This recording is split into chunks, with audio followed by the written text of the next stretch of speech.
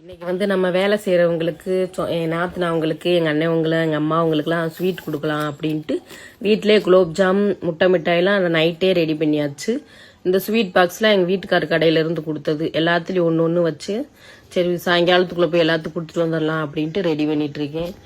இந்த 2 வருஷத்துக்கு முன்னாடி நாங்கள் வந்து ஸ்வீட் வாங்க கூட காசு இல்லாமல் அந்த வருஷம் தீபாவளிக்கு வந்து எங்கள் வீட்டுக்காரர் எனக்கு ட்ரெஸ்ஸே எடுக்கலை. எங்கள் பாப்பா அவங்களுக்கு மட்டும் பிள்ளைகளுக்கு மட்டும் எடுத்துட்டு நாங்கள் ட்ரெஸ்ஸு கூட எடுக்க காசு இல்லாமல் இருந்தோம். அவ்வளோ கஷ்டத்தில் இருந்துச்சு. இந்த 2 வருஷத்துக்கு முன்னாடி 2022 தீபாவளி அந்த இடத்துல இருந்துட்டு இப்போ நம்ம ஒரு 20 பேர்த்துக்கு போனஸ் கொடுக்குற அளவுக்கு வந்துட்டோம் அப்படின்டையில ரொம்ப சந்தோஷமா இருக்குங்க, பெருமை.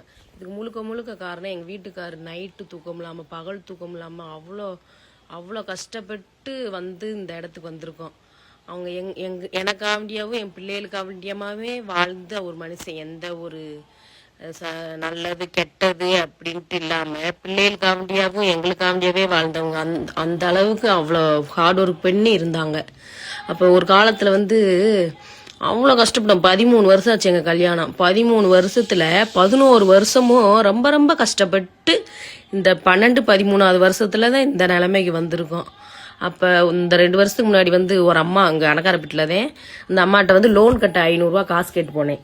அந்த அம்மா கையை வச்சு ஒரு ஆக்ரோஷமா சொல்லிச்சு, உங்க வேலையே இல்லையா, டெய்லி இதானா வேலை காசு கொடுக்குறது அப்படின்ட்டு. ஆனால் காசும் கொடுக்காம அந்த அம்மாட்ட அம்பிட்டு பேச்சுக்கு வாங்கி அழுதுட்டு வந்தேன். இப்போ அந்த அம்மாவுக்கே நான் வந்து தீபாவளி போனஸ் அந்த ஸ்வீட்டு எல்லாமே கொடுத்தப்ப ரொம்ப சந்தோஷமா இருந்துச்சுங்க. உங்களுக்கு எல்லாத்துக்கும் ஹாப்பி தீபாவளி.